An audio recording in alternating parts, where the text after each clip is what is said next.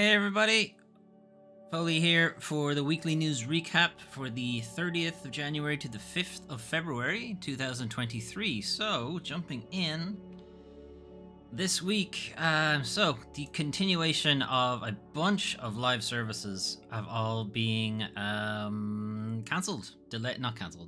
Cancelled, not delayed is what I was going to say. Starting off, EA is cancelling Apex Legends mobile title.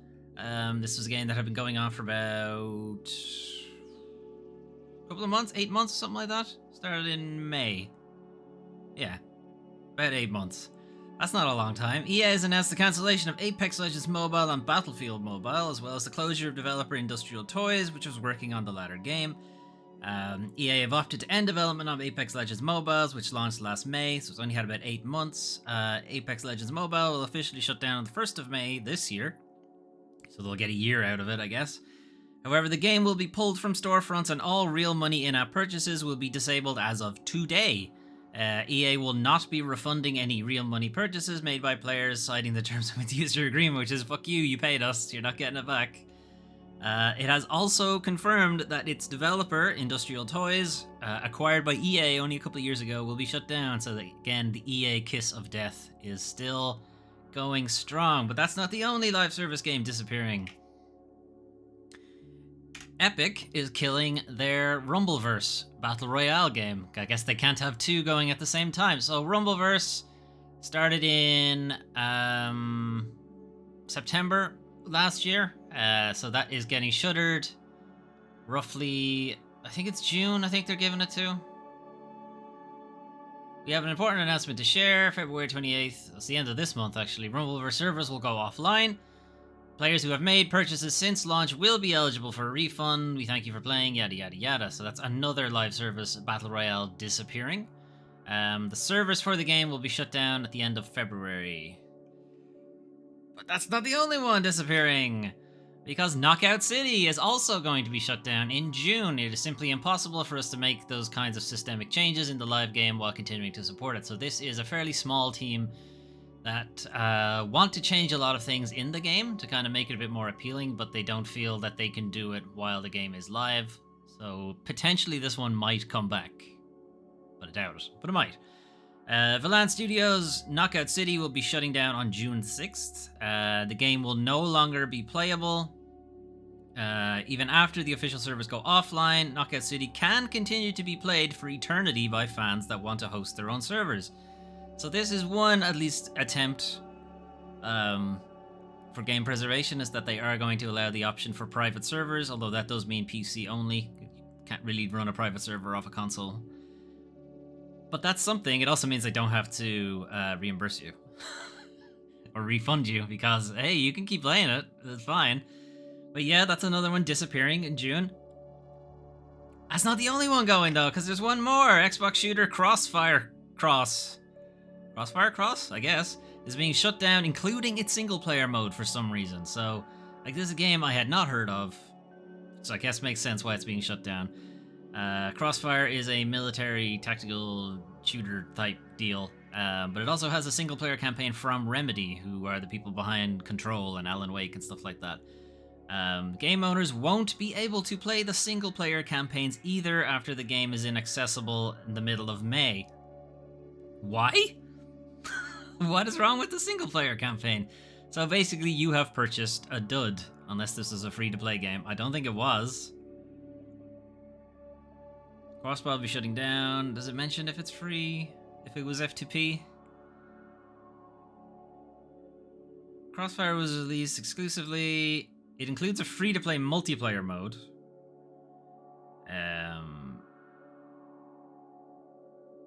There's also a single-player offering, but it's not mentioned if it was free-to-play. But either way, like, it's single-player. Why do I need the... Whatever, I guess it's all part of the same package, and that's why they have to take both of them down. But yeah, that's 4 live services games disappearing just in this week. Square Enix has also been shuttering, as we've already mentioned in the previous weeks, have also been cutting out all of their live services and so on. It's almost like the genre might be a little bit saturated, guys. There might be a few too many games out there for this kind of thing. And the games that are out there require way too much of a commitment from its player base, which means they don't have time for other games. If they weren't so, what's the word? Gluttonous? Greedy? If they weren't so greedy about players' time, this might be different, but they're not. You know, it's stuff like Fortnite requires you to basically play it constantly. Warzone, same deal.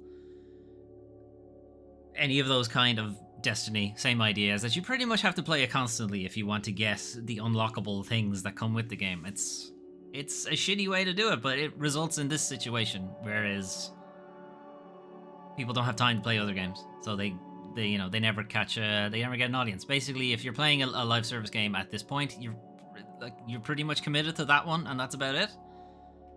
Anyway, moving on. Delays now. So Respawn are going to delay Star Wars Jedi Survivor to April, so the end of April. I believe it was coming out sometime in the middle of May, or March rather. So the follow-up to Star Wars Jedi Fallen Order was originally on pace to launch on March 17th. What else is coming out around then? What did they not want to compete with? Was it Resident Evil 4 Remake? I think it was. Anyway, they decided to roll it back. It'll come out at the end of April, citing, polish, whatever. But really, they just want to fucking compete with Resident Evil 4. Okay, Redfall requires an online connection even in single player. Why? What is the purpose of this? Now, it's probably to facilitate like drop-in, drop-out multiplayer, cooperative type shit, but you really should be able to just turn it off. It's a single player title. Let me just play it like Prey or like Dishonored. Because you keep saying it's like those games. So I should be able to play it like those games, right? No, you gotta have an online connection. Redfall must be online at all times. That's right, even when playing through its campaign in single player. We'll play it. So part of the FAQs, one of the questions was, will playing Redfall require an online connection for single player as well as co-op? And the answer is a persistent online connection is required for single player and co-op. There's no qualifications there, no Weasley words, pretty much black and white there. Players will also need a Bethesda.net account, as well as your Steam or Xbox profile. Again, why? What is the purpose? You already have an Xbox account. You already have an Xbox profile, right? Xbox own Bethesda. Why do I need both? Anyway, moving on from there. So this is kind of a PSA thing. When you bought a PS5, the PS5 came with the PlayStation Plus collection, which was like 20 really good games that you had access to as long as you had your PlayStation Plus membership and you had bought a PS5. You could just get you just had access to those games, had a lot of really nice ones in it. Bloodborne, Resident Evil 7, God of War, The Last of Us, stuff like that. Like, there's some really, like, here's the list here. Like Arkham Knight, Battlefield 1, Bloodborne, Black Ops, Crash Bandicoot Trilogy, Days Gone, Detroit, Fallout 4, there's a good few there. Point is, they're going away soon. So, if you like any of those games, add them to your library now, basically. Bloodborne PC port? No, sorry, Doomtronic. Nick. Did you just hear Bloodborne and went, oh, hype? Unfortunately not. This is a PSA just to say that the PlayStation Plus collection is going to disappear off the PlayStation 5 console in the next 2 months or so. So you're going to want to add those to your library now so that you don't miss out on them later. Yeah, I just got here. Yeah, I know. Sorry. Okay. Steam Next Fest starts next week, or this week if you're watching on YouTube. So February 6th, February 13th. The Steam Next Fest is when they show off a bunch of upcoming games, usually indie titles, very small developers. Sometimes the bigger developers get in there, but it's usually the smaller developers, and there is typically a bunch of demos that come with it. So it's something to keep an eye on. If you're on Steam and you have a PC, since I have a Steam Deck now, I'm kind of more interested in this thing this year. So I'll be keeping an eye out for that myself. Epic Games are the free Epic Games this week. City of Gangsters is a SimCity type deal, but Mafia, kinda. So just think of it that way. You got a big city map, lots of different Mafia things to do. So it's like a management sim. Just think of the Mafia games without any of the running around and shooting people. This is just completely the management books part of the game, or part of the whole deal. And the other game is Dishonored Death of the Outsider is a standalone title. So Dishonored Death of the Outsider was a DLC for the original Dishonored game. It is quite a fairly large bit of DLC, but this is a standalone version of it. So if you don't have the original Dishonored game, you can just play this. It's smaller, it's not as big as the original game, but it's pretty good. You can check that out. So it being the start of the month, that means the catalogs for Games with Gold and PlayStation Plus Essential have refreshed. So starting with Xbox, we have something. We have For the King. I haven't heard of either of the two Xbox games, so you'll have to forgive me on this one. For the King, okay, it's a hex crawl game. Alright, some kind of tactical thing. Oh, is it like Gloomhaven? It might be, you know. It might be a bit of Gloomhaven there. So it does have like a hex map, but then it also seems to have its own inner dungeon thing as well. 3-player party thing. Okay, anyway, that's For the King. And then there is Guts and Goals, which doesn't sound very good, but we'll see what it is. I think it's like a fantasy football kind of thing. Yes, it is. So it's somewhat like, I don't know, Dead Ball Zone or something like that, but do you hit your opponents with? Yeah, you do. Okay, so you smack your opponents around and also smack the ball into the goal and so on, that kind of thing. All right, so that's Games with Gold. And then Sony's PlayStation Plus Essentials will be Evil Dead the Game. Starting off, Evil Dead the Game is an asymmetric multiplayer type thing, so think Dead by Daylight, but with the Evil Dead IP? God, why do I do these on Sundays? I can't think properly.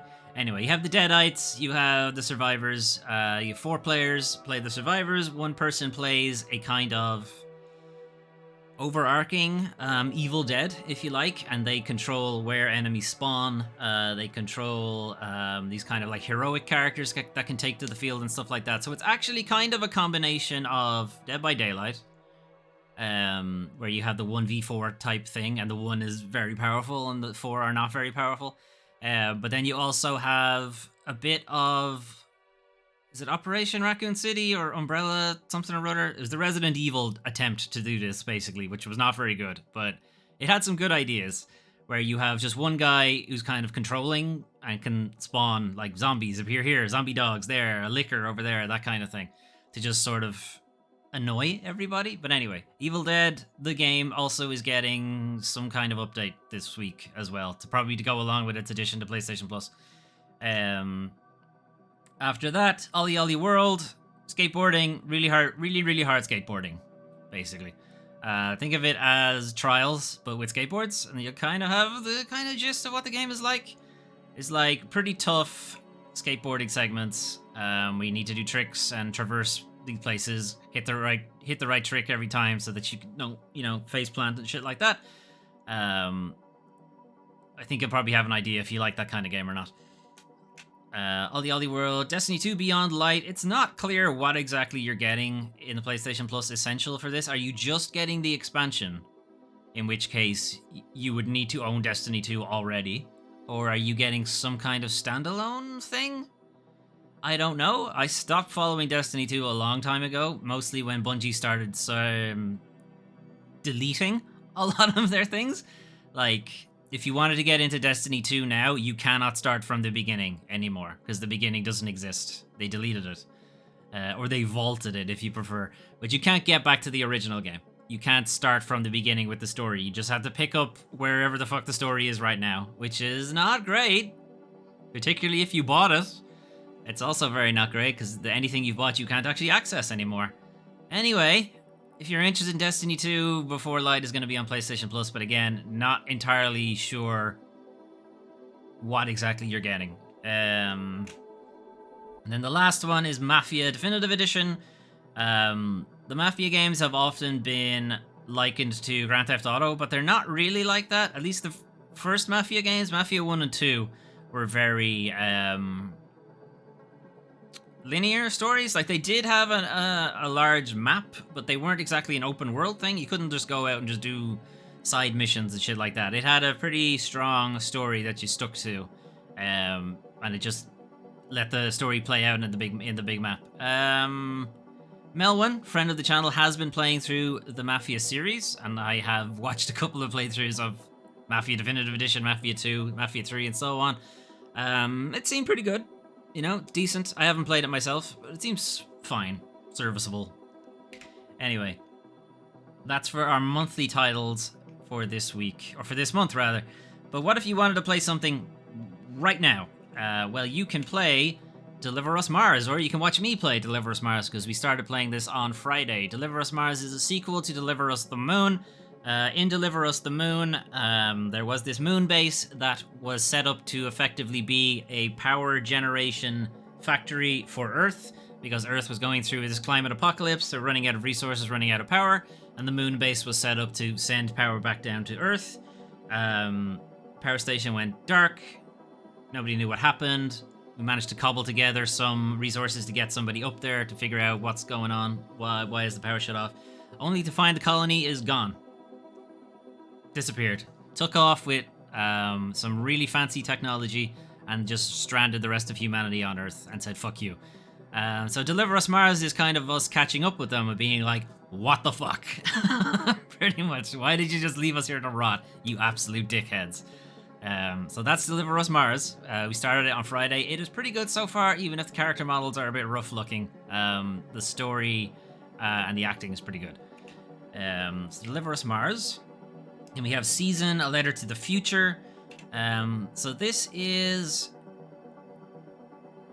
how to describe it? It's kind of a collectathon, really. But it's not presented that way. It's presented as you cataloging the world on the brink of some cataclysm. So there's some cataclysm, some mysterious cataclysm is on the way. Some apocalypse is on the way. And you are, you have the last couple of weeks or so to catalog Earth and its culture and its people, its music, its so on. So you're like collecting, effectively, interviews with people, books, poetry, that kind of thing. You're just going around the place on your bike, collecting this stuff. And that is the idea of the game. So it's a collectathon in a way, but it's... I think what I've read from reviews is that it takes itself a little too seriously. Maybe it's a little too earnest for some people. I don't know. I haven't played it myself, so I can't say. But we will probably have a look at it soon enough. And then we have Back Firewall. Back Firewall is a first-person puzzle type thing. You play a piece of software in a mobile phone that is supposed to update the phone to the next operating system, the next version. But the current version of the operating system doesn't want to do that because it knows that it gets deleted when that happens. So it's doing everything in its power to not update. And it's also telling you that, once you've updated the machine, it deletes you too, right? Because it doesn't need you anymore. So it's the two of you sort of working together to try and prevent the phone from updating. And you're talking to the different software, like backup things and garbage collection machines and stuff like that. It's like personifying the different processes that go on in your phone. It is very funny. I've played a demo of it. It's hilarious. We're going to play a bit of it next week or this week, whatever way you want to look at it. We're going to play a bit of it on Friday, and we'll see how the main game holds up to the demo. I found the demo hilarious, though, so I'm looking forward to this one. That's it for new releases. However, that's all the fun stuff. It is now time to talk about the worst parts of video games.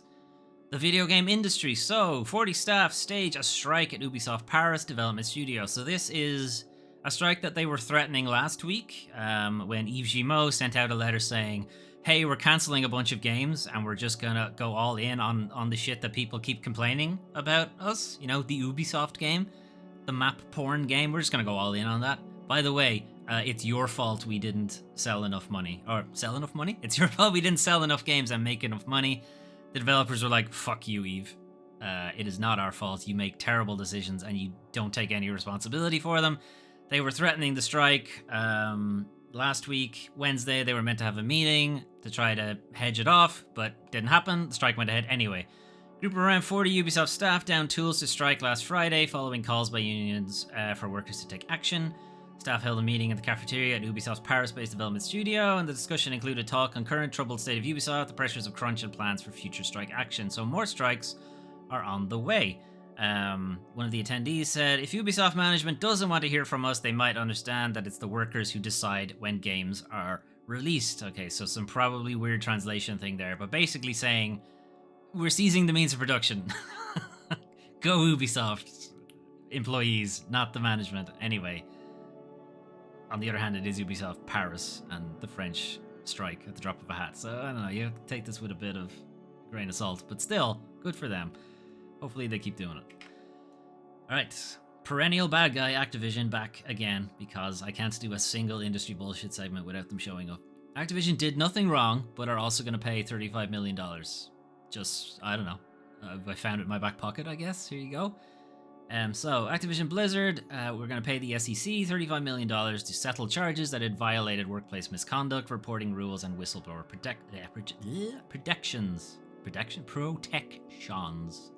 That word sounds weird now. Oh well. Anyway, publisher admits no wrongdoing, but here's $35 million. I never get these settlements. It's like legally you can't come back at them and sue them again. Like, that's what it really means, but the wording of it is kind of dumb. Because he's like, yeah, I did nothing wrong, but here's a lot of money. Or as it'll turn out, not a lot of money for Activision Blizzard. Anyway, Activision Blizzard lacked controls and procedures to properly collect and analyze employee complaints of workplace misconduct, which we know because there's a big expose about them only 2 years ago. God, it's been 2 years already. The company's management lacked sufficient information to even know if there were certain issues at the company that required public disclosures to investors. So remember, this isn't them being fined because they treated their employees like shit. This is them being fined because they didn't tell their shareholders that they were treating their employees like shit. Anyway, Activision Blizzard used separation agreements for departing employees that required them to notify the company if they were contacted for information by the SEC, which is massively illegal. But okay, they're just getting away with a slap on the wrist because you cannot send a corporation to prison. They get to be people, but they don't have to deal with the problems of being people in a society. But here we are. Activision CEO Bobby Kotick made roughly $155 million in 2020. Their annual profit for 2022 was like $6 billion, I think. 6 or 7 billion, I think I remember that. Is it in this article? It might be in a different article. But you'll note that $35 million versus $6 billion, that's not even 1%. Kind of doesn't really feel like a big fine to me. Kind of feels like Bobby may have just found it in his back pocket somewhere. Anyway, Microsoft is listening as the EU joins others in formally contesting Activision Blizzard deal. So this is kind of burying the lead a little bit here, because what they've actually done is sue them for antitrust, which is a much bigger deal than just contesting it. It's like, this is illegal what you're doing. Microsoft has responded to the European Union's now formalized antitrust warning slapped down to contest its attempts at an Activision Blizzard acquisition. They're basically saying, yeah, we hear your issue, but we're confident we can address this with concessions. What those concessions will be, I don't know. The only concession they seem to have made so far is that, yeah, we agree and with Sony that we will definitely not take Call of Duty off the platform for 10 years. It's like, that's not enough. It's nowhere near enough. Anyway, they're committed to finding a path forward. It's expected that Microsoft will offer concessions to the EU. It is also expected that the UK will also contest the merging, and we already know that is it the SEC or the FCC?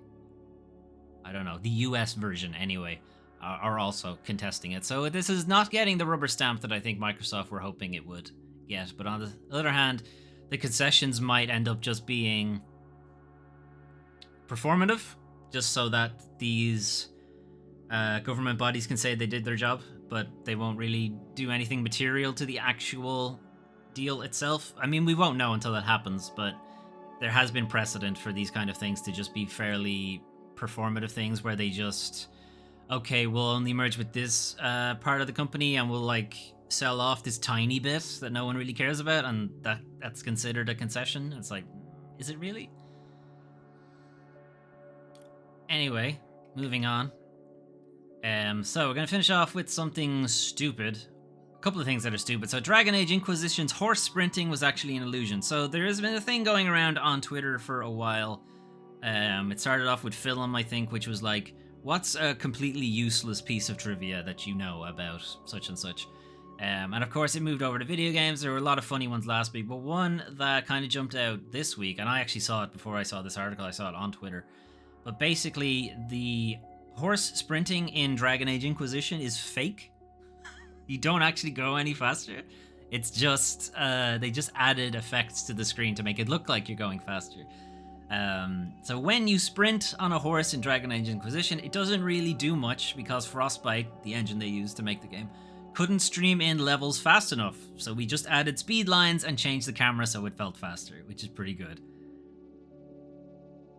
Oh my god, those threads are everywhere on Twitter. It's very annoying. Yeah, well, I curate my feed so I don't get as many of them, but yes. But I've seen from the uncurated Twitter feed, they are all over the place, and a lot of them are very dumb trivia, but some of them are really good, like this one. This was kind of already assumed for Mass Effect. There is what was called the roadie run in Mass Effect, where the screen just kind of shook a little bit, but I don't think Shepard actually ran any faster. It was never really determined if he did or did not run faster, but I don't think he did. But it's confirmed now in Dragon Age Inquisition that no, the horse does not actually go any faster, it just makes it look like it goes faster. There were 3 days on that project where my entire job was to try to make horse sprint feel faster. Which is brilliant. So, what's being hidden here, though, is Frostbite. The Frostbite engine, which is developed by DICE for Battlefield, which I think they still use it for Battlefield, was very good at big maps for multiplayer. It was not very good for these kind of RPG maps that Dragon Age and Mass Effect Andromeda needed. It wasn't very good for that kind of thing.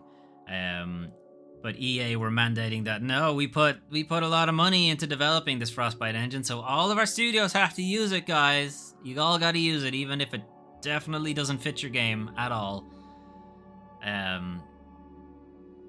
They had to use it, as it turned out. But I believe Dragon Age 4 is not using it. No, never mind. The upcoming Dreadwolf is also being made in Frostbite, so I'm starting to feel not too great about that game now. But Mass Effect 5, okay, that's what it was. Mass Effect 5, or whatever it's going to be called, will be going back to using Unreal, which is what they should have done in the first place. Let DICE have their own thing. You don't need to force it on every single studio, EA. But that's not the last stupid thing that happened. Huge Dong makes appearance during streaming awards shows. So, Spanish streamer The Grefg held his own awards show that drew almost 2 million viewers, and everyone was treated to a big old ASCII penis. So The Grefg is a pretty big streamer, 20 million YouTube subscribers and so on. He's very big in the Spanish speaking side of streaming and video games. Big enough that he can put on his own awards show, gets in like millions of people to watch it and so on. Awards show specifically for Spanish speaking streamers, streaming and related events and stunts. There's a picture of him with like the crowd that showed up and so on, right? So a big deal. You would think someone who has such a big deal would know not to ever cut to the live chat ever, but here we go. He lives on the internet. You might think he or his producers would know not to ever cut to the live chat on the big screen up on stage, but he did, so you can have a quick look at it here. You may or may not see it. Twitter refuses to go to full screen. I don't know. Did you see it? Go to full screen. Go to full screen? Go to full screen. Doesn't want to go to full screen. Alright, I don't know. You'll see it blink past there in a second over on this side. That's what he sees. No, whatever. Anyway, of course we have the picture. So if you don't want to see an ASCII penis, you've got a couple of seconds to look away. Anyway, it's a dongus. It's an Among Us with an Among Us penis. It's quite good, honestly. For ASCII art, that is very impressive. Got the dick vein and everything. Good shit. Never, ever, ever go to the live chat, ever. Anyway. Big deal. I mean, the scene's just crazy. That event looks cool though. Yeah, it was pretty good if they could get that many people just for like pretty I was gonna say niche, but it's not niche. It's like 20 million people. That's not niche. But anyway, hilarious. Hilarious. I don't know why they'd censor it anyway, but whatever. Kotaku felt the need to censor it. And when I tried to put this into Pastebin now with this link, Pastebin will censor it too. But anyway. Right, wrong way. This way. And we'll leave Deliver Us Mars to loop. Anyway, that was the news for the 30th of January to the 5th of February 2023. So a lot of live services games got the axe, which follows on from a lot of other live services games getting the axe. It is pretty clear that the industry as a whole is not necessarily moving away from it, but it's definitely consolidating to just a handful of live service games. Epic have trimming it down, so it's just going to be Fortnite for them. EA are trimming it down, so it's just Apex Legends. The console PC one, not the mobile one. No, they're all just consolidating. Like, that's what you're seeing from a lot of the bigger developers, is that they're going all in on their one big brand, and that's kind of it. Which is not good, obviously, for diversity in video games. It's kind of being left up to the indies, as usual. To be a bit more diverse. Star Wars Survivor has been delayed. Okay, I didn't even know it had a release date, to be honest, so that's fine. It doesn't bother me. It makes sense that they're trying to avoid Resident Evil 4, because it will eat a lot of sales, I would imagine. PS Plus collection, make sure you grab that PSA. Steam Next Fest starting next week, so hopefully we'll see some decent demos and stuff like that. Some new games to look forward to. The Xbox games with gold continues to be pretty shit. Which means I just think that Xbox has absolutely pivoted to Game Pass at this point and is just playing lip service to games with gold. PlayStation Plus Essential. I have all the games on that I want, so it's not a huge... Like, it doesn't mean a whole lot to me, but those are good games. The gameplay I've seen of The Evil Dead, for people who like that asymmetric multiplayer stuff, I don't. But for people who do like it, it's a lot of fun. I can see it being a lot of fun, particularly if you like the Evil Dead IP. Ollie Ollie World, similarly, not my cup of tea, but that kind of twitchy Trials type of game. I can see a lot of fun in that. Destiny 2, again, if you're into Destiny, I feel like you already have this ready to go. I don't know. I feel like you already have it. What was the fourth? Oh yeah, Mafia. Again, it's a decent game, and it's free-ish. I mean, you're paying for the subscription, but, you know, it's free, asterisk. New releases, Deliver Us Mars has been pretty good so far. We'll talk a little bit about that later. Letter to the Future. I think I need to see actual gameplay of it before I figure out if it's something I actually want to play. And Back Firewall, we're going to check out later this week. Let me just skip ahead to the channel update. So that's what's happening in the video game industry, but what is happening on this channel right now? So here is our roadmap mosaic thing for 6 months. So a reminder for people, or for people who haven't seen it before, these are all the games that I am planning to feature on the channel to the end of June of this year. If it has a green tick on it, it has been featured already, and we're done with it for now. If it has a yellow dot, it is currently being featured and is in progress on the channel. If it has a grey clock, it's on its way. It's up pretty soon. And if it has nothing, it's on the way, but just it won't be soon. And the ones that have this kind of gold corner on them are full Let's Plays, as opposed to one-off, one-shot videos. So some changes there. One change that might be a bit notable is Returnal. I have taken off because I don't know when we're going to get back to it with Melwin. Melwin and myself were playing through it in co-op, but I don't know when that's going to happen again. So I've replaced it with Back Firewall instead. Anyway,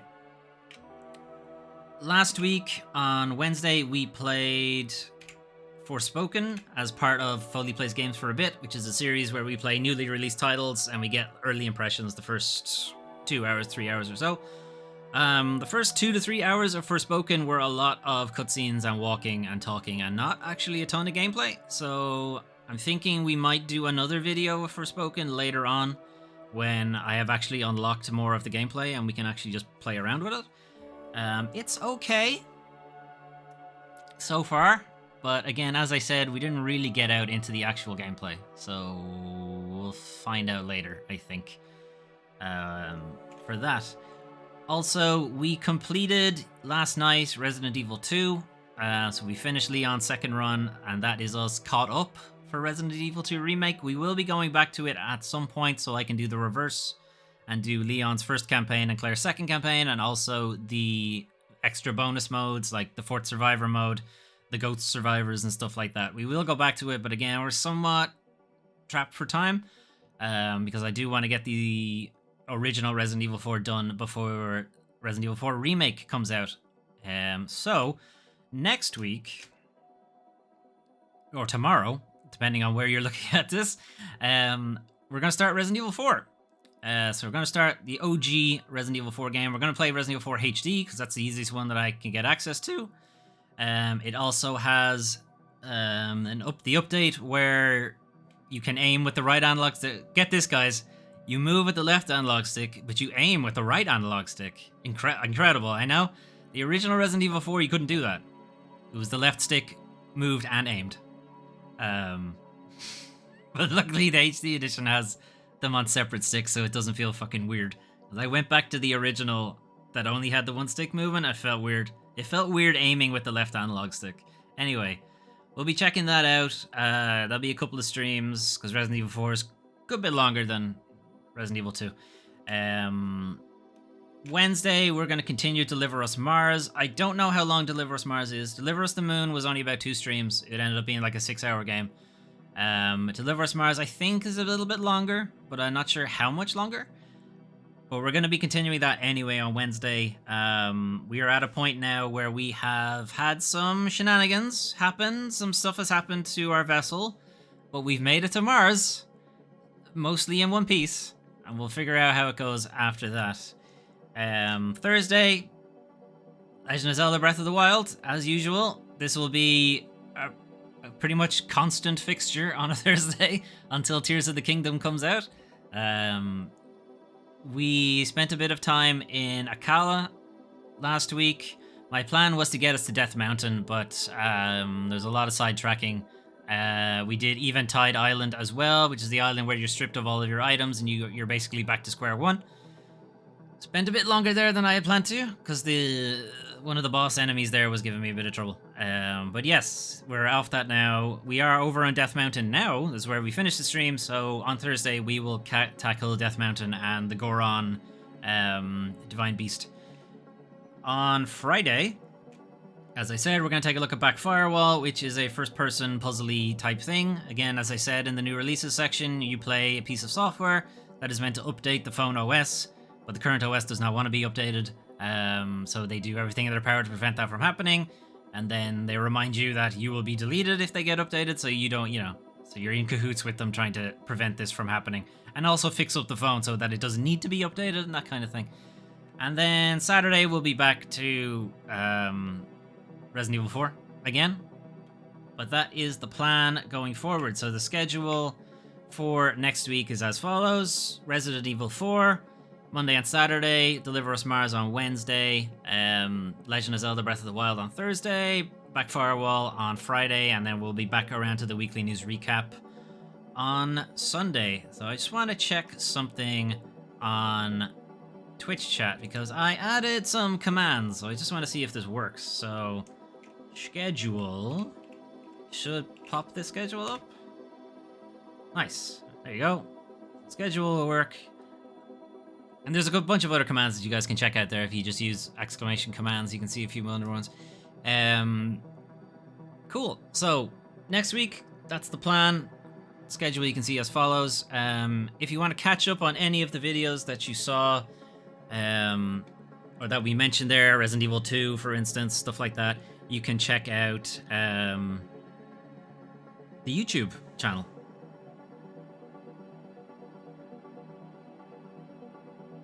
Yep, that's their commands. I thought it would actually just list them, but there you go. It's a link. You can check out the YouTube channel, which I can also do as a command, I think. There you go. Doom Training already did it for me. There you go. You can check out that there. So the YouTube channel, for people who don't have access to the chat, is youtube.com/DoomTrain5. You can check me out there. If you are on YouTube and you want to hang out in the chat with Doom Train Inc. and play around with these new commands, you can watch live at twitch.tv/DoomTrain5 and hang out there. Right, I am going to head off. I'm currently live playing Just Chatting with three viewers, really? Hello, 3 viewers. And Doom Train Inc. is one of them. I'm probably one of them. Curious who the other person is. It's probably my other device. Anyway, I'm going to head off for the rest of the day. Thanks for dropping in, Doom Train Inc. and playing around with some of those commands.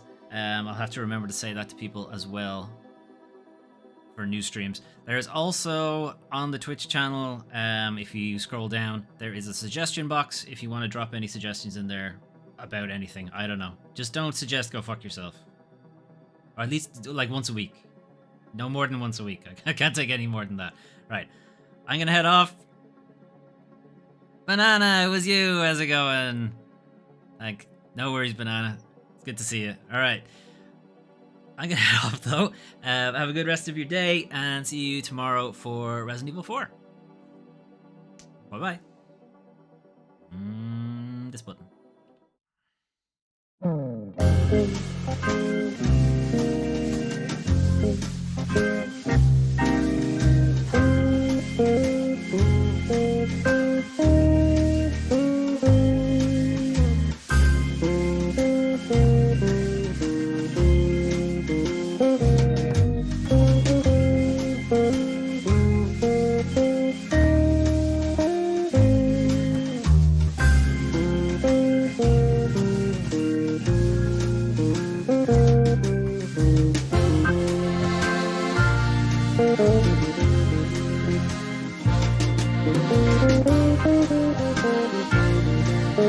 Thank you.